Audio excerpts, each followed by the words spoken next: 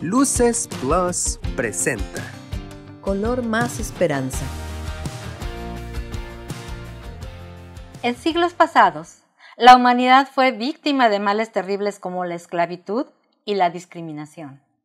Tal vez estas palabras, dichas en el tercer milenio en nuestro modernísimo mundo, suenen a un pasado muy lejano, pero no es así. La esclavitud y la discriminación aún existen y en formas más brutales que en aquel entonces. Hoy ya no son negros contra blancos, es la verdad contra la mentira, el bien contra el mal.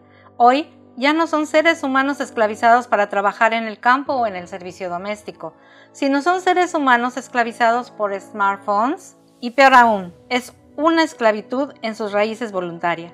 Nuestro estándar de vida nos puede llevar fácilmente a una esperanza falsa en el mundo. La tecnología ha hecho nuestra vida cómoda, mucho más cómoda incluso que la vida de los reyes y las reinas de las edades antiguas. Podemos viajar distancias enormes en muy poco tiempo, podemos comprar desde tecnología hasta tomates, manzanas, naranjas, podemos contactar casi a quien sea, en cualquier parte del mundo, a cualquier hora, y podemos llenar cada momento del día con todo tipo de entretenimiento. Pero todo esto nos acerca también a realidades durísimas en otras partes del mundo, como la violencia, el genocidio, la guerra, el hambre. ¿Las tomamos en cuenta? ¿O las vemos como si una guerra fuese un videojuego y donde nosotros no estamos involucrados? ¿A dónde va el mundo hoy? Acompáñanos en este tiempo y en este espacio creado para ti, donde juntos pintamos el mundo de color más esperanza. ¿Hacia dónde va el mundo? ¿Y cuál es la esperanza de México en ese contexto? Para hablar sobre el tema, hemos invitado a una experta que conoce y domina el panorama mundial, lo que ha pasado, lo que acontece ahora y que nos va a vislumbrar qué puede suceder en el futuro. Ella es Gisbeleni Gallardo. Gisbeleni Gallardo es politóloga, asesora, analista y también es estratega geopolítica. Bienvenida al programa de Color Esperanza. Gisbeleni, gracias por estar con nosotros. Hola, ¿qué tal? Buenas tardes. Pues es un gusto estar aquí con ustedes y pues muchas gracias por la invitación y por el interés, ¿no? De tocar estos temas que a veces son un poco complejos, pero bueno, agradezco a su auditorio y a ustedes por la invitación. Pues precisamente el hecho de tenerte aquí es porque todos tenemos como que algo, una intuición de lo que pasa en el mundo, pero sabemos que tú lo sabes explicar en forma sencilla y tan clara que es entendible y de ahí podemos agarrar piedras para ver qué va a pasar, qué vamos a hacer. Exactamente. ¿Cómo vislumbras ante este rompecabezas que conforma el mundo en estos momentos, donde hay situaciones de guerra, hay situaciones de gobiernos que van a cambiar durante este año en muchas partes, en muchas naciones? ¿Dónde estamos parados? ¿Hacia dónde vamos? Porque además es una dinámica de cambio diaria que de repente vemos que alguien va así como que a cambiar su economía y va a mejorar y se voltea totalmente. Entonces, ¿nos podrías explicar? Claro que sí. Bueno, pues es muy importante que entendamos el contexto histórico, político en el que nos encontramos el día de hoy.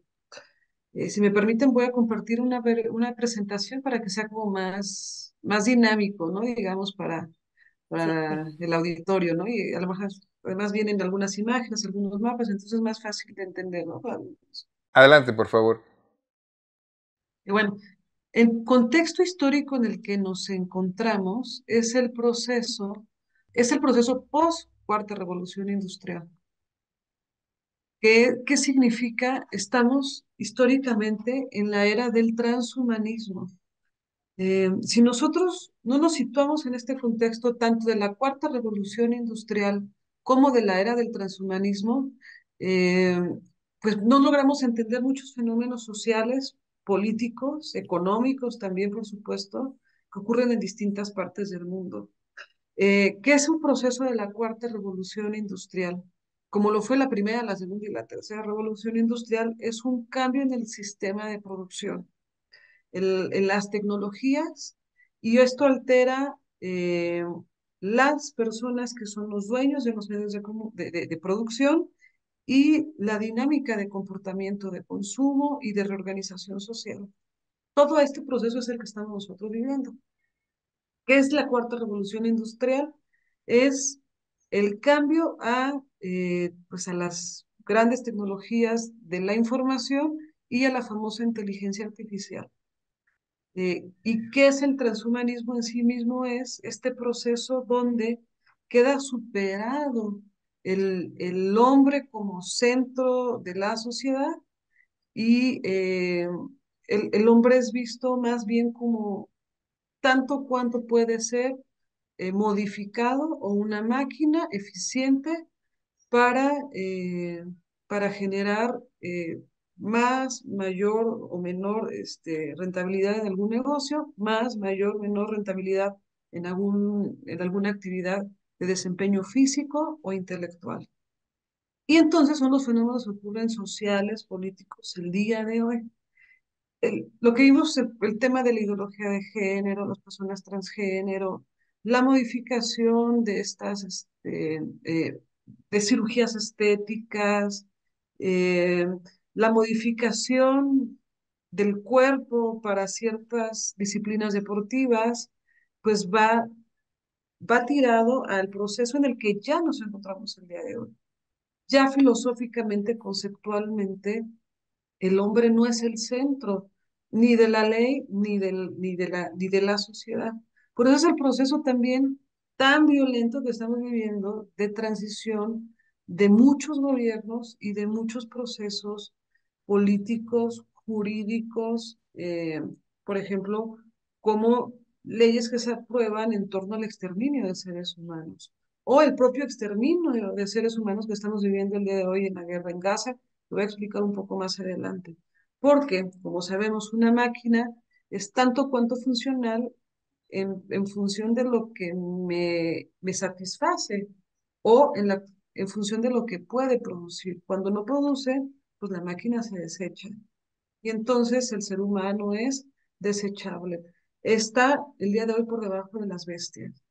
Por eso vemos la idolatría que existe el día de hoy en torno a pues a la naturaleza, ¿no? Estamos retomando un panteísmo donde el ser humano ha sido sustituido por el aire, por el agua, por el sol, por el perro, por el gato, por decir, ¿no? O sea, hay algunos Quiere decir que aquí habría un cambio de enfoque, no solamente un cambio de época y tecnológico, sino un cambio de enfoque en el que en el pasado históricamente el hombre era el centro de atención y se hacía lo necesario para que hubiera ese desarrollo humano. Y ahora está migrando hacia un desarrollo en la naturaleza y de inteligencia artificial o de la tecnología. ¿Cuál es el nuevo centro o el nuevo enfoque? el nuevo centro, el nuevo enfoque es la eficiencia. Es decir, es un algoritmo abstracto, ni siquiera es algo que realmente exista. Por eso es todo el proceso también que viene económico con las Bitcoin, que bueno, ¿qué es este proceso de las Bitcoin? Es el cambio del sistema económico, pero ¿a través de qué? De un concepto abstracto, no es algo objetivo, no es algo que tenga que ver con el cambio de, ¿no? de oro por, ¿no? Por mecanismos de producción, no tiene que ver por el ahorro y el crédito, esto se acabó, esto solo es un algoritmo que determina algo que no se sabe qué es y que está en función de lo que nosotros pensamos en torno a ese algoritmo. Esas son las nuevas, por ejemplo, el nuevo sistema económico. Ya me adelanté un poco, pero en torno a esto está lo que es el centro al día de hoy. A ver, ¿por qué se aprueba en los países el exterminio de seres humanos? Ah, ¿por qué? Porque somos demasiados y emanamos mucho dióxido de carbono, ¿no? CO2 y entonces somos dañinos para el planeta. Entonces es mucho más importante, ¿no? Que exista suficiente oxígeno sin contaminar. Estoy hablando, o sea, no porque no sea importante que el oxígeno esté limpio, sino porque es una falacia la que nos están planteando. Es decir, que nosotros no somos suficientemente importantes para existir porque nuestra existencia contamina el aire. Dicen Es más, ya miden cuánto contamina una persona por el puro proceso de respirar. Entonces, el centro es la eficiencia. Entonces, tú eres tanto cuanto importante en función de qué tan eficiente eres. Y es la gran crisis que vivimos el día de hoy, la crisis social, ¿no? Todo este proceso de modificación física que lleva unos 20, 30 años es para llevar al momento en el que nos encontramos el día de hoy. ¿Cuál fue el proceso histórico? Eh, digamos, del siglo tercero al siglo cuarto, más o menos, perdón, del siglo tercero al siglo XIV, siglo XV, el centro fue Dios. El centro de la sociedad fue Dios. A partir del siglo XVIII, con la Revolución Francesa, se hace un lado a Dios y el centro es el hombre. Viene el humanismo. Es decir, dejamos de adorar a Dios y empezamos a idolatrar al ser humano. Entonces todos nosotros somos hijos de este liberalismo de la Revolución Francesa. Me refiero a hijos porque hemos sido educados, en las universidades, en las escuelas, tenemos perfectamente asumido estos conceptos, donde el ser humano es un Dios de sí mismo. Y viene la saturación de esto, que es el modernismo, el posmodernismo, que es una exacerbación de la idolatría del hombre en sí mismo, que llevó a una crisis, una superación. Entonces, como esto es insostenible, es insostenible la idolatría del ser humano por sí mismo, pues llegamos a un proceso de superación. Viene el exterminio del hombre porque pues, se dio cuenta pues, que no es Dios, ¿verdad? Al final del día. Entonces, eh, Sorpresa. es el proceso político, filosófico, histórico en el que nos encontramos el día de hoy. Y curiosamente, fíjate que ahorita que mencionas a Francia, llamada en otra época la hija predilecta de la Iglesia, pues nos viene otro golpe, ¿no? Con el poner ya en su constitución como un derecho el aborto.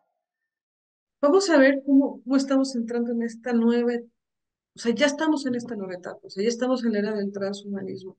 De hecho, el transhumanismo es la superación del ser humano. Y es muy importante lo que ocurrió en Francia porque lo materializa, lo legitima. O sea, ya la ley no está para el hombre. Ahora dice que por ley, hoy un ser humano tiene derecho a quitarle la vida a otro ser humano. Y es un derecho humano asesinar a otro ser humano, indefenso e inocente. Fuera de todo el sistema de derechos humanos, que es además el que sustentó a Occidente liberal desde la Revolución Francesa, pasamos de la ley de Dios a la ley del hombre. Esos son los derechos humanos. No hay de otra. La ley del hombre. La ley del hombre está superada. Con lo que pasó en Francia, la ley del hombre está superada.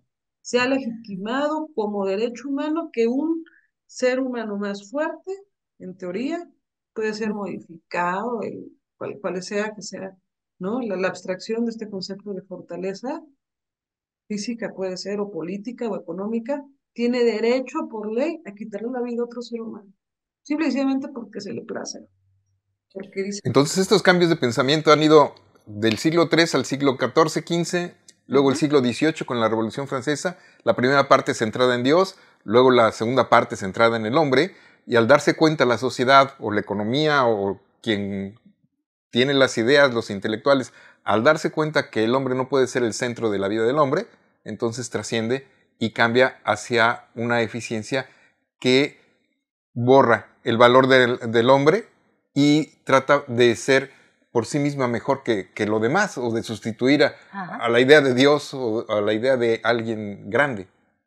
Es el hombre máquina, el famoso hombre máquina, donde ya estaba conceptualizado el ser humano desde el capitalismo y el marxismo, que son es el materialismo económico, el materialismo histórico. Bueno, el hombre fue un medio de producción dentro del capitalismo y el socialismo, el comunismo. Es la materialización del hombre, es la desdignificación del ser humano. La máxima dignidad del ser humano la adquiere en el cristianismo. Por eso, para llevar estos procesos violentos de transformación y de sometimiento del hombre, necesitan hacer un lado el cristianismo. Por eso la Quitarlo. Revolución Francesa tiene como eje la destrucción del cristianismo, no del cristianismo, de la Iglesia Católica. ¿Por qué? Porque es en Cristo y en la Iglesia Católica, particularmente, porque bueno, este no es un programa sobre las otras sectas cristianas, pero bueno, el hombre adquiere la dignidad de Dios, verdaderamente adquiere la dignidad de Dios, ¿no? El hombre del cristianismo es a imagen y semejanza de Dios. Luego entonces tiene la máxima de las dignidades y tiene todo el proceso, Ujú. el decálogo en sí mismo, pero todo el proceso de dignidades que vienen del cristianismo, que es para salvaguardar la dignidad y la felicidad del ser humano. Entonces es indispensable hacer un lado el cristianismo para que este proceso de desdignificación y de esclavitud del hombre puedan avanzar. Tantos cuantos seres humanos han sido esclavizados por el capitalismo, tantos cuantos seres humanos han sido esclavizados por el socialismo. Luego, luego entonces el proceso del materialismo está superado, estamos en este proceso, pasamos de lo material, de lo tangible, a lo abstracto, a los algoritmos, a los sistemas, a la inteligencia artificial, pues el ser humano visto como medio de producción ni siquiera ahora ya es necesario. Ahora el ser humano es suplido por una máquina o es necesario que se fusione con alguna máquina o alguna adecuación física e intelectual para que tenga la capacidad de ser competitivo y esté al nivel de competitividad con una máquina.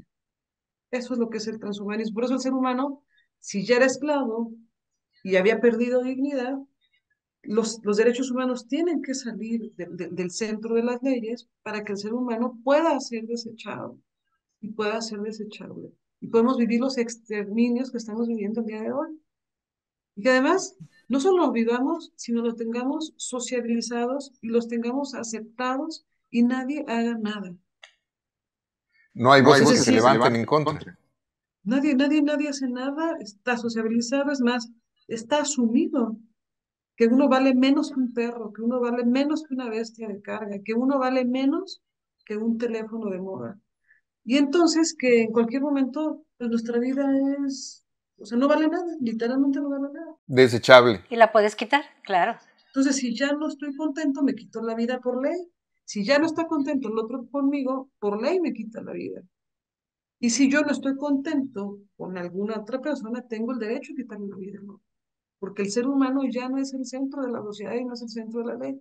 Y esto viene la destrucción de la familia, la destrucción de las instituciones y la destrucción, valga la redundancia, estructural del ser humano. Es la ruptura, el quiebro estructural del ser humano. La epidemia de depresión, de ansiedad, ¿no? Pues es este proceso que estamos viviendo, grave y profundo y que estamos cambiando ya el pensamiento de nuestra sociedad. Siéntense a Ahora, platicar con jóvenes de 20 años y van a ver que viven en este proceso del Sí. transhumanismo, donde los dioses son los gatos y los perros, donde si quieren mañana matan a sus hijos y si mañana les estorban matan a sus papás. Y si la vida es muy pasada, se quitan ellos mismos la vida. Eso es lo que estamos sí. viviendo. Qué terrible. Sí. Esto no es un cambio natural, entonces. Ya viene de años, ¿no? Ya viene y de... ¿Está dirigido, está orquestado, está planificado? ¿O cómo ha ido dándose este cambio? Porque el hombre por sí mismo, pues no creo que dejara de mirarse al espejo y sentir que es importante, y tampoco creo que mirando al cielo pensara que pues no hay nada más bello y hermoso que el propio hombre y quitarse la idea de Dios, sino que este cambio de pensamiento, esta modificación en la que el hombre pierde dignidad, toda la dignidad y valor, todo el valor de la vida, ¿cómo se da? ¿Cómo surge? ¿Y hacia dónde vamos? Es un proceso profundo de reingeniería social. Eh, de entrada, esta es la culminación de un proyecto de 300 años que inició en la Revolución Francesa. 300. Bueno, antes en las revoluciones de las colonias británicas en Estados Unidos, pero digamos el hito en sí mismo la Revolución Francesa, Revolución Industrial Británica. Entonces, es un proceso de 300 años, pero el proceso de reingeniería social profundo inició en los años 60, donde vino de manera violenta y sistemática el proceso de reingeniería social, es decir, de cambio de comportamiento y de organización de la sociedad. Entraron muchísimas cosas, las drogas sintéticas, eh, los cambios de estructura social a través de las artes, especialmente la música y el cine, la televisión, el cambio de políticas públicas y de organización económica a través de organismos supranacionales como el Banco Mundial, el Fondo Monetario Internacional. eh, Vino también este proceso de eh, el control de natalidad, y el cambio del orden estructural en la sociedad, es decir, la fractura de las familias. Sacar a la mujer del hogar, entonces te rompe el hogar y entonces tienes hogares rotos con personas rotas y estamos en 3 generaciones, en la tercera generación de personas emocional y estructuralmente rotas. Entonces, esta tercera generación, pues el día de hoy ya no se está reproduciendo, ya no tiene hijos, y es la generación que es la generación del transhumanismo. Son 3 generaciones de familias rotas en un proceso de reingeniería social profundo. El proceso traumático último de cambio de la estructura social vino con el COVID, un proceso de terror, Sí. de terror médico, psicológico, emocional, para cambiar de un día para otro de manera definitiva la forma en la que nos comunicamos, la forma en la que este, nos organizamos económicamente y la forma en la que la sociedad se estructura y se organiza, la forma en la que nos educamos, incluso la forma en la que nosotros nos relacionamos con Dios y vamos a la iglesia. Un proceso violento, traumático, terrorífico, literal, porque es lo que fue de reingeniería social, donde antes del COVID estábamos en el proceso de la cuarta revolución industrial. En el 2020, con el COVID, empezamos la era del transhumanismo y la post cuarta revolución industrial. Para hacer un paralelismo, a ver cómo fue la Revolución Francesa hace 300 años, casi 300 años. ¿Cómo fue la Revolución Francesa? Vino la Revolución Industrial, es decir, el cambio del sistema económico, el sistema bancario, ¿no? Ujú. Británico. Esto cambia a las personas en los medios de producción, es decir, los dueños del dinero y la forma en la que nos organizamos económicamente, y esto obliga a un cambio estructural en la sociedad, a través de un cambio, de una propuesta filosófica. Es el proceso que estamos viviendo el día de hoy. Y son procesos violentos, porque es un grupo de poder creciente que pelea con todo frente a un grupo de poder histórico decadente. Es lo que estamos viendo el día de hoy. Es decir, estamos viendo la caída de Occidente frente a la hegemonía de Oriente, principalmente de China. Entonces, vemos este proceso violento de de transición económica, pero también de transición política, que además exige un cambio agudo en la sociedad. Por eso el COVID es chino. Y bueno, ahorita Sí. vamos a entender muchas cuestiones que estamos viendo. No, pero vamos avanzando Es y se está poniendo importante, claro sí. el contexto.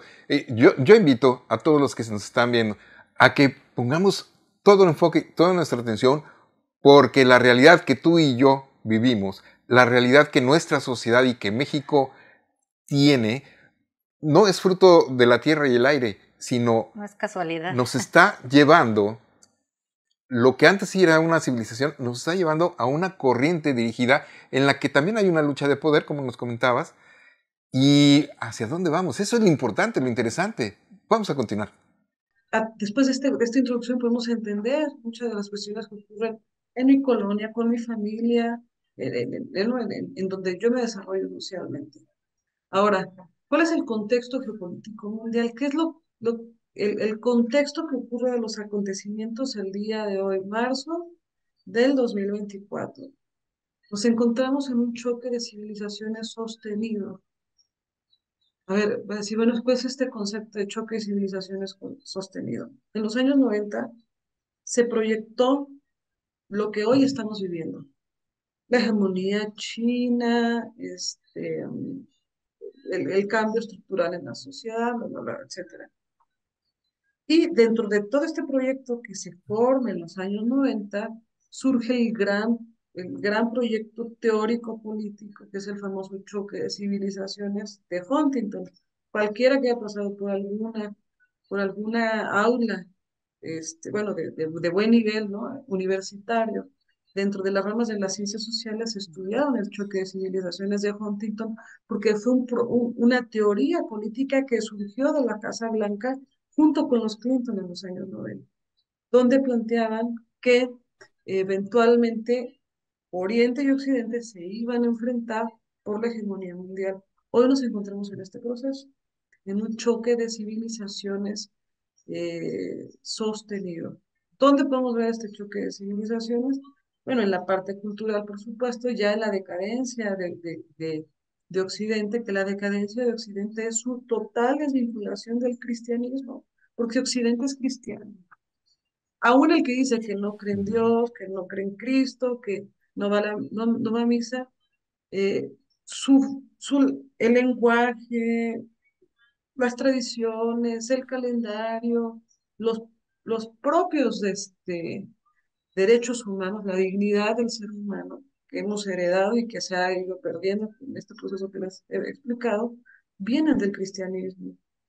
Poco tenemos que ver con la estructura social y organizacional que tienen los chinos, los mongoles, no, los asiáticos. Sí. Y es el proceso en el que nos encontramos el día de hoy.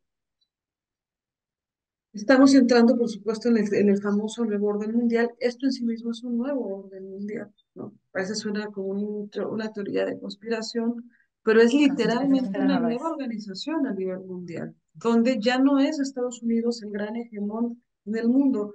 ¿Qué significa el gran hegemón, no?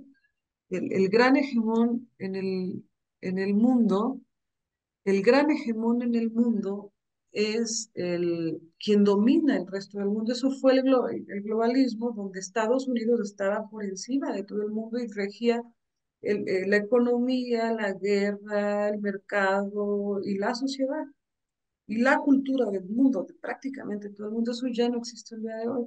¿Qué existe? ¿Cuál es el nuevo proceso el día de hoy? Tenemos tres ejes de contrapeso político, económico y social. ¿Cuáles son? Es decir, un mundo tripolar o un mundo multipolar. ¿Cuáles son de estos tres ejes de contrapeso?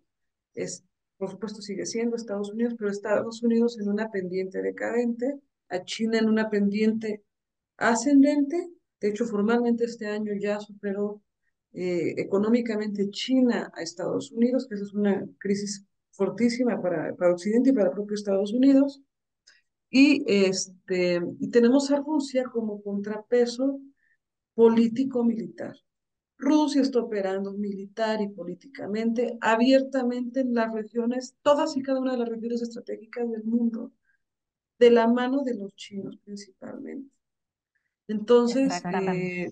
este es el cambio de la realidad en la que nos encontramos. Eh, ¿Qué ocurre también en este contexto el día de hoy? Bueno, es un cambio sistémico en el mundo. La mitad de la población renueva sus gobiernos. Cerca de 4 millones de personas van a elecciones este año. ¿Qué países tenemos? La India, Rusia, Estados Unidos, México, Brasil, Bangladesh y toda la Unión Europea. Nada más. Esto no es casualidad, ¿eh? Esto está programado para que en el 2024 hubiese cambio de sistémico, es decir, las personas que gobiernan entran con un nuevo sistema y esto significa que estamos entrando a la segunda fase de la implementación del proyecto 2030 Tremendo. de la ONU. Y tenemos una guerra hemisférica en Europa. ¿Qué significa una guerra hemisférica? Ese famoso choque de civilizaciones, pero ¿qué significa esta guerra hemisférica en Europa? Oriente se enfrenta contra Occidente en Europa. Cada revolución industrial fue acompañada de una guerra mundial. La primera revolución Sí, industrial, sí. vino la Revolución Francesa y después vino la Guerra Napoleónica, que fue la primera, realmente fue la Primera Guerra Mundial. Después vino la Segunda Revolución Industrial, ¿no? La revolución ya de las fábricas, de las máquinas, y, eh, y vino la Primera y la Segunda Guerra Mundial. La Segunda Guerra Mundial fue la de las comunicaciones, ¿no? Y Sí. bueno, digamos, la otra guerra mundial fue la famosa Guerra Fría, ¿no? Dentro de este nuevo proceso Claro, la posguerra de la Segunda Guerra Mundial. industrial. Hoy estamos acompañando esta guerra mundial que ya está orquestada con el conflicto que inicia en Ucrania y que se extiende a Medio Oriente. La guerra mundial ya se encuentra en la parte del Medio Oriente. Ya son dos hemisferios que están confrontados entre sí por varias cuestiones. Ojalá que tenga tiempo de explicarlo, si no, bueno, en alguna otra ocasión, ojalá lo veamos. Sí, sí, ¿Qué sí. De significa? acuerdo. Estamos viviendo una guerra mundial sostenida. Esto ya fue dicho por los grandes líderes en el mundo. Lo dijo el Papa Francisco en la Jornada Mundial de la Juventud, ¿no? En Lisboa. El año pasado dijo que vivimos una guerra mundial y lo vino anunciando desde que llegó en el 2013. Y recordemos que esté como se encuentra la crisis al interior de la iglesia, eh, el Papa sigue siendo Pedro. Y esto es el trono pues, del mundo, la verdad. Además, dentro de este gran proceso de cambio sistémico es eh, la desaparición por completo de las familias reales, ¿no? Eso es bien curioso. Sí. El último dentro de la dinastía, digamos, de las monarquías, sobre todo europeas, por eso es este también choque de civilizaciones, este cambio, ¿no? Esta guerra hemisférica, fue la muerte del Papa Benedicto. Por eso el proceso también que vive la Iglesia Católica el día de hoy es de democratización de la Iglesia. Sí, Así es. así es. Es Ya no correcto. es una jerarquía. Ya no es jerárquico, ahora ya es sinodal. Entonces ahora vamos a Todos escucharlos a todos y opinamos. deja de ser vertical. Es una crisis profunda en la Iglesia. Y al mismo tiempo, en el mismo momento, proceso histórico, mueren la reina Isabel, el, el, la reina Isabel y el Papa Benedicto XVI. Con la muerte de ellos dos se acabó la Sí. monarquía en el mundo, y los acuerdos que las monarquías sostenían se acabaron, por eso es el proceso de guerra que vivimos el día de hoy. Esto es muy importante. Bueno, ¿por qué es una guerra mundial sostenida? Porque está contenida y está delimitada. Y vivimos un proceso de digitalización de las monedas. Ese es el nuevo sistema económico mundial. No sé si hasta esta parte queda claro. Vamos a ver por qué la guerra mundial está sostenida y por qué está contenida. Cómo es la delimitación, ¿no? Bueno, este es el mapa de todos los países que van este año en el mundo a elecciones. Eh, pues cambian presidente, cambian congresos. Le digo, este es el proceso del sistema, ¿no? Del cambio del sistema de gobierno. Son nuevos acuerdos, nuevos grupos de poder, nuevas políticas que se implementan, nuevo sistema político para el mundo. Es el fin de la democracia. El centro de la democracia son los derechos humanos. Los derechos humanos no tienen mayor razón de ser porque el ser humano ya no es el centro de la sociedad ni el centro de la ley. Luego entonces estorban. Por eso procesos como Sí. la crisis política que existe en Estados Unidos, ¿no? Que es el paladín de la democracia, donde tiene a la democracia y la libertad como una deidad, literalmente tienen templos a la democracia y la libertad en Estados Unidos. Eh, Empieza el fin de la democracia con la toma del Capitolio del 2020, finales del 2020. Y bueno, esto se está extendiendo en todo el mundo, por eso todo el mundo le aplaude el proceso de suspensión de garantías en El Salvador. Y todo el mundo está feliz. Así Y es es. un gobierno antigarantista. La gente entregó todos sus derechos a un gobierno absoluto, porque pues había un mal muy grande que lo Con el legitimaba y pretexto de la seguridad. el pretexto de la seguridad. Pero la seguridad en sí misma es un tema de percepción y tiene que ver con un tema espiritual. Pero bueno, no me voy a perder porque si no nos vamos, ¿no? También aquí en el tema. Entonces es el proceso que hemos ido. Y es muy importante, que nos demos cuenta porque todo el mundo voltea, al menos en América Latina y en otros países, fuera del continente americano, A ver a Bukele, a ver a como un Bukele ejemplo. y decir, ¡ay, qué bien! Así. Así se necesita un Estado que garantice la seguridad. Y sin embargo es absolutista. No se están dando Y te cuenta que quitan tus solamente hay garantías. una No es un voluntad. Estado absolutista, ¿no? A Porque ver. no es un Estado absolutista, porque absolutista es donde tú, tu institución, eres la base de las otras dos instituciones, de los otros dos poderes, ¿no? O sea, una sola persona o sea, ejerce todos los poderes, ¿no? El judicial, el legislativo y el ejecutivo. Ese es el absolutismo. Aquí no, aquí esos son procesos totalitarios antigarantistas, donde yo desdibujo las instituciones y a través del uso de la fuerza eh, elimino las otras dos funciones. Es decir, ya no existen las otras dos funciones, ni la judicial ni la legislativa, sino es el uso de la fuerza a través de, de, de, del ejercicio de la fuerza, del poder de una sola persona. Por eso es la suspensión de garantías. El Estado tiene derecho de hacerse de mis bienes, entrar a mis propiedades, pasar eh, por encima de mi libertad, porque hay un bien supremo, ¿no?, que lo amerita, que es la seguridad. Generalmente cuando entran estos procesos tan disruptivos, Sí. se aplican en países pequeños, porque son como modelos, se ajustan y después vienen para el resto del mundo. Después se aplican, es como, como Un hacer un experimento, laboratorio, un experimento. Y nos queda muy poco tiempo y seguramente hay muchísimo que decir. No sé si pudiéramos, digamos, los siguientes láminas o conceptos, hacerlos ágiles, porque seguramente vamos a necesitar otro programa para hablar más de esto. Pero por lo pronto que nos quede una idea como completa, aunque sea muy breve lo que falta, para poder continuar, para poder tener un entendimiento, una sensibilidad. ¿Cómo sabemos que está contenido por el gasto militar?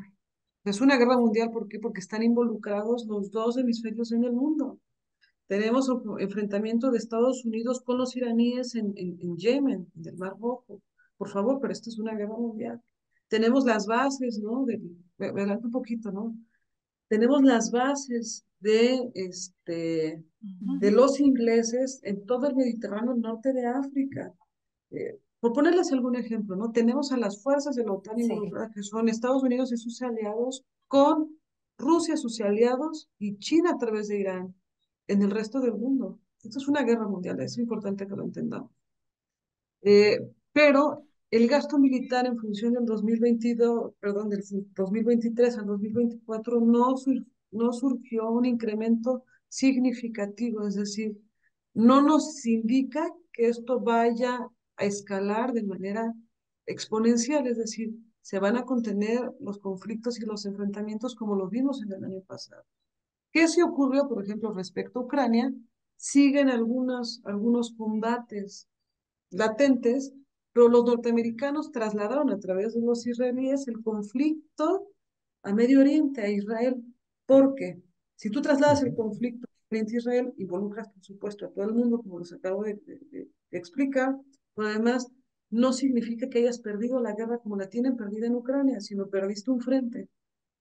Y entonces, Ucrania perdió el 20% de su territorio, por favor.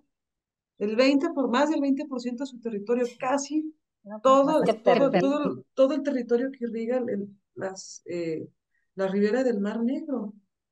Y en una serie de circunstancias, Rusia se hizo del control energético de Europa, de toda la energía que salía, no solo de Rusia, sino de toda la parte del Cáucaso y de la parte central de Eurasia, ¿no? La controló Rusia porque ellos mismos reventaron los propios gasoductos ucranianos que tenían el control, la familia Biden, ¿no? Los norteamericanos, particularmente la familia Biden, a través de los gasoductos de esta gasera Burisma Holdings, que irrigaban a toda Europa, principalmente a Alemania.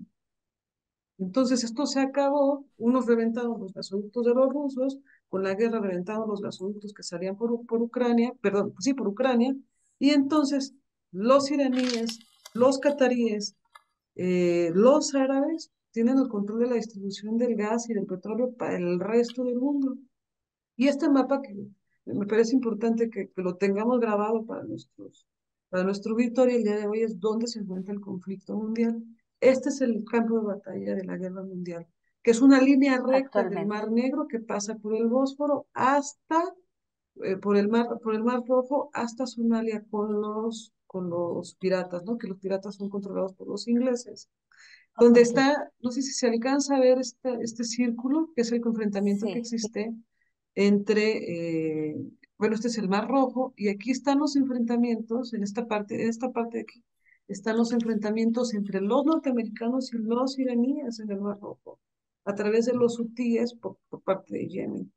¿Y para sí. qué se, bueno, todo esto es el proceso de revoluciones que siguen todavía en marcha en África, te abre el frente de batalla hasta la parte central de África. Tienes todo el Mediterráneo de nuevo como campo de batalla.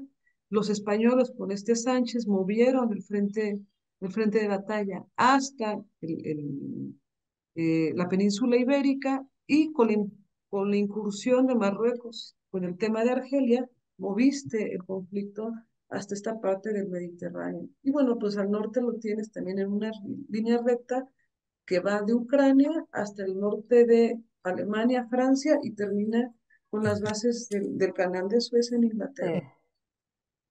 Este Muy es el bien, mapa de Vamos la a, segunda, de la guerra mundial. es el mapa. yo quiero que quien nos está viendo y nos está escuchando vaya rescatando cada uno de los puntos que nos has expuesto, porque definitivamente es un mundo complejo el que vivimos Sí, y un horizonte, pues, no incierto, ¿eh? Ya con lo que nos está diciendo sí, Gisbeleni, exactamente. ya existe una dirección en la cual tú y yo vamos a ir. Vamos ahora A las a pasar a la sección de preguntas. Y aquí tenemos las tarjetas de color, Esperanza. De todo lo que nos has platicado, pues hay mucho que rescatar y mucho que pensar. Y aquí hemos formulado algunas preguntas y pues del 1 al 6, si nos puedes dar 3 números para que pudiéramos nosotros hacer las preguntas correspondientes. 1, 2, 3, 4, 5 y 6. Ok. El 2, el 3 a y ver, el 5. 3, así, y 5. Muy bien. Vamos. Tienes 90 segundos para contestar cada uno. A ver. Las vamos a leer. ¿Cómo influir en nuestros ambientes para que México sea, pues, esperanza en el mundo? Porque ante este panorama, oye, la guerra mundial y todo lo demás. Para que México sea esperanza en el mundo. Tiempo. Formen familia, bauticen a sus hijos, vayan a la iglesia, conserven los valores de nuestros padres y de nuestros abuelos. Esta es la forma más eficaz de combatir lo que nosotros estamos viviendo. Tengan hijos, formen familias, eh, coman carne, no mucho, pero o sea, Sí, sí. No sean veganos. No sean veganos. aliméntense equilibradamente, por favor. ¿No? Esa es la forma que podemos ir en contra. Asumir la dignidad que nos ha sido dada desde toda la eternidad, que es ser Dios con Dios. Estamos hechos a imagen y semejanza de Dios. No permitamos que nos roben esto en la escuela, en el trabajo, en los medios de comunicación, los políticos en las leyes. No lo permitamos. Transmitámoslo a nuestros hijos, a nuestros nietos, háganles saber lo queridos, lo importantes, lo extraordinariamente especiales que son cada uno de ellos y que están hechos para ser amados, para amar y para ser uno con Dios y que con Dios pues están al nivel del cielo, literal, ese es su nivel, ese es su meta, el cielo. Porque este es el verdadero ataque que estamos viviendo. Mi generación ya no tiene hijos, mi generación ya no tiene hijos. De una generación de 40, 50 personas en la preparatoria, De 40 a 50 personas hay Tiempo, 4 niños. ¿verdad? 4 niños. Muy bien, vamos a pasar a la siguiente pregunta. Ok. ¿Qué cambios ayudarían definitivamente o decisivamente a tener un mejor futuro? Cambios ayudarían decisivamente Tiempo. retomar la dignidad del ser humano en las leyes. Trabajar para que nuestros gobiernos retomen la dignidad del ser humano como centro de nuestra ley y como centro de la sociedad. En todo sentido, la dignidad de la mujer, la dignidad del hombre, la dignidad de las familias, pero sobre todo la sacralidad de la vida humana, desde la concepción hasta la muerte natural. La vida humana es sagrada. Muy bien. Todavía Bueno, pues tienes tiempo, vamos a la siguiente pero vamos a la pregunta. segunda. ¿Es únicamente responsabilidad nuestra lo que sucede en nuestro país o existen factores externos que la gran mayoría desconoce? Existen factores externos que están dirigiendo nuestro país. De hecho, el proceso también político que nos encontramos es el fin de los estados-nación. Es decir, ahora nuestros gobiernos son gobernados por instituciones supranacionales, instituciones bancarias principalmente, y organismos internacionales como la ONU y el Fondo Monetario Internacional, el Banco Mundial. Van por Hasta la encima de la ONU. ley, por encima de la ley. De hecho, los tratados internacionales tienen carácter constitucional. Entonces, cualquier diplomático que signe algo está por encima de la ley en México. Es un tema. Yo acabo de tener varios foros en varias universidades donde analizamos esto, es el fin de los estados-nación. Es un proceso de sometimiento, Todavía le queda tiempo. es un totalitarismo, pero que ya no es determinado por los propios ciudadanos y sus gobernantes, sino ahora vienen agentes externos desde otras instituciones a gobernar y a determinar no solo nuestro comportamiento, nuestro sistema de organización y nuestro sistema de gobierno, cómo nos organizamos como gobierno. Es un nuevo pacto social que está creando. Bien, Tiempo, ahora sí. vamos entonces a una pausa. No te vayas, pero te invito a que tomes tu bebida favorita porque se nos ha secado la boca después de todo esto que hemos escuchado. Entonces, no le cambies, volvemos. Y recuerda que Luces del Siglo, Gisbelén Gallardo, junto con nosotros todos y contigo, estamos pintando nuestro mundo de color más esperanza. Volvemos. Luces del Siglo es un multimedio digital de noticias. Podrás leernos en cualquier lugar y a cualquier hora. Accesa a nuestro portal lucesdelsiglo.com. Ahora con el código QR te brindamos un fácil acceso a la mejor información y entretenimiento. Recibe las noticias oportunamente a diario hasta tu mano. Regístrate a través de WhatsApp 9982 77 11 79. Luces del Siglo, periodismo de verdad. Les cuento una anécdota. Cuenta Manuel Paino, el autor de Los bandidos de Río Frío, profesor de historia, ministro de Hacienda y diputado, que el cura Hidalgo sostuvo el siguiente diálogo con los serenos de su pueblo, los vigilantes encargados de rondar de noche por las calles para velar por la seguridad. Aquellos quienes le ayudaron a lanzar el grito de independencia. ¿Se asustan ustedes? Cuando su anciano cura está dispuesto a derramar su sangre en defensa de su libertad y de su religión, ¿le abandonan y tienen miedo, como si fueran unos niños? Váyanse y sean esclavos, no los necesito. ¿Quieren que el gobierno los venda como bestias? ¿Quieren que les quiten su religión? ¿Quieren que los trate como si no fueran hijos de Dios y criaturas inteligentes? ¿Quieren que usurpe eternamente un suelo que les pertenece todo? Nada importará entonces. ¿Quién de ustedes quiere retirarse? Ninguno, respondieron a una voz y le ayudaron a alertar al pueblo. Este fue el inicio de nuestra independencia, plasmado por este escritor. Y Gisbelén, si pudieras hacer de México un país con más esperanza, ¿cómo lo harías?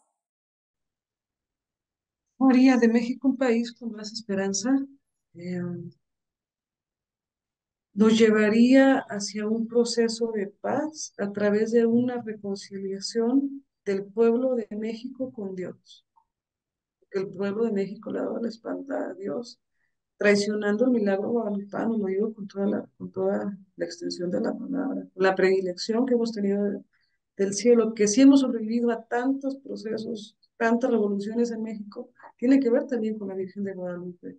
El que México siga siendo católico el día de hoy por encima de muchos otros países, tiene que ver con la Virgen de Guadalupe, pero hemos abandonado a Dios. Dentro de los conceptos teóricos de la seguridad pública, se sabe que no hay forma de construir sociedades donde existan estadios de paz si no es de la mano de la religión, de la vinculación de sus ciudadanos con la religión y estos a su vez con las policías y los ejércitos. Si no están los dos sanos, coordinados, eh, integrados a la sociedad, pues viene un proceso de ruptura del tejido social como el que estamos viviendo el día de hoy. Entonces tiene que haber un saneamiento en las Fuerzas Armadas, una redignificación de las Fuerzas Armadas, por supuesto, un nuevo planteamiento en las policías, pero esto no es posible si no nos reconciliamos con Dios como pueblo de México. Va a ser muy complicado porque, les digo, somos la tercera generación de familias rotas y una familia rota que no se comunicó con el amor de papá o una persona, ¿no? Que no tuvo la comunicación del amor de papá o el amor de mamá, difícilmente puede experimentar el amor de Dios. Y es lo que estamos viviendo el día de hoy. Entonces, Bueno, pues tiene Bien, que haber un pues proceso de por integración. aquí tenemos la caja de colores con este donde proceso. vamos Perfecto. a elegir. Aquí tenemos 6 colores. Y de estos 6 colores, pues tú nos vas a decir cuál es tu prefieres? favorito y vamos a leer la palabra que está aquí. Tenemos el morado, el amarillo, el azul, el rosa y el verde. ¿Cuál te gusta? A ver, el rosa, a ver qué dice. El rosa. Muy Muy bien. Maricruz.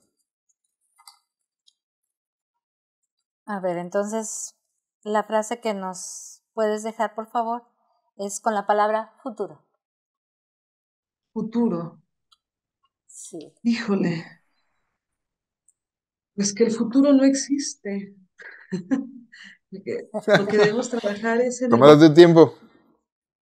el futuro no existe. Necesitamos estar concentrados en vivir el presente.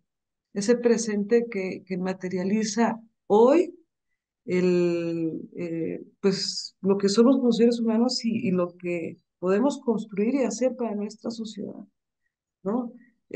Podremos hablar de un futuro como una virtud teologal que sería la esperanza y la esperanza en la vida eterna. Y eso únicamente viene con Dios. Pero incluso el mismísimo Dios es un eterno presente.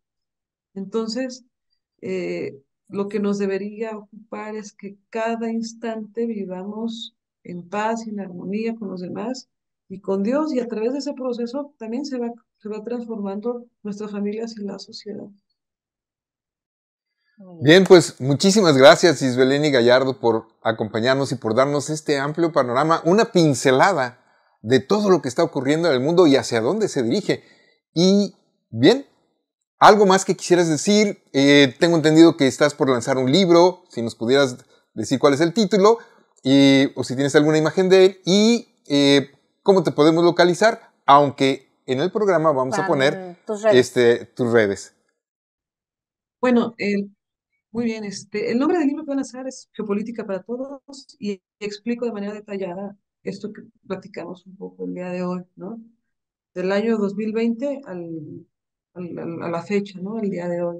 Entonces ahí pueden encontrar con procesos ya específicos cómo estamos viviendo todo este proceso de años. Y me pueden encontrar en redes sociales, me encuentran como Gisbeleni Gallardo, en Facebook e Instagram, y en Twitter me encuentran como Gisbeleni Gallardo, en ahora X, que es @Gisis, es @Y y latina Z y latina S, y bueno, personalmente atiendo mis redes sociales, entonces, en medida de lo posible, también poder ahí estar en comunicación con ustedes. Muchísimas gracias. Muchas gracias. Esperamos volver a contar contigo en algún otro programa y pues nuevamente escucharte. Gracias, Giselene Gallardo. Y vamos ahora a las recomendaciones. Y ahora vamos a las recomendaciones. Maricruz. Tenemos un libro que yo creo que, dado el entorno de lo que estuvimos tratando, de la situación, etcétera, se llama Donde pocos se atreven. El autor es Juan Ramón de Andrés y precisamente habla de que pues todos tenemos que asumir el rol que nos corresponde y cumplir con la misión que tenemos, porque de otra forma pues todo se va al caos como lo estamos viviendo. Y es un libro donde se relatan los testimonios de varios jóvenes muy valientes que dieron todo hasta el final. Yo creo que lo pueden conseguir en línea, es un libro que ya tiene tiempo, pero pues, Pocos se atreven. vale la pena, es cortito, ligerito, no se llevarán mucho tiempo para terminar. También queremos recomendarles una película. Esta película acaba de ganar el Oscar a la mejor película, es Oppenheimer. Es una película biográfica de suspenso, producida en 2023 y escrita y dirigida por Christopher Nolan, un director reconocido. Durante la Segunda Guerra Mundial, un teniente general, Leslie Groves, designa al físico Robert Oppenheimer para un grupo de trabajo que está desarrollando el proyecto Manhattan, cuyo objetivo consiste en producir la primera bomba atómica. La cuestión aquí que queremos traer a cuento es, en su momento, quien construyó la bomba atómica se convirtió en un ángel de la muerte. Y ahora, este ángel de la muerte pues es premiado. ¿Qué dijo Oppenheimer después de hacer la bomba atómica? Ahora me he convertido en muerte, el destructor del mundo. Y ahora gana el Oscar. ¿En qué mundo estamos? Bien. Bueno, pues te la recomendamos. Y pues hemos llegado al final del programa. Y algo que te quiero comentar. Si quieres más películas, vamos con Chuck. Porque él tiene muchas reseñas aquí en Luces del Siglo. Que vale mucho la pena. Yo le doy 5 Chucks. Un gusto haber estado con ustedes. Es importante que revisemos todos estos conceptos que se han vertido durante el programa. Toma nota y nos vemos la próxima semana. Síguenos en las redes y recuerda que tú y nosotros, con nuestros invitados, el equipo de producción y Luces del Siglo, juntos estamos pintando nuestro mundo de color más esperanza. Nos vemos en la siguiente. Hasta la próxima. Gracias. Luces Plus presentó Color más esperanza. Cuando quieres venir a Cancún, aquí está tu casa. Muchas gracias. hola, No los nena, escuché bien, pero muchas gracias. Ustedes. Muchas gracias. Ok. Dios les bendiga. Muchas gracias. Hasta luego. Hasta luego.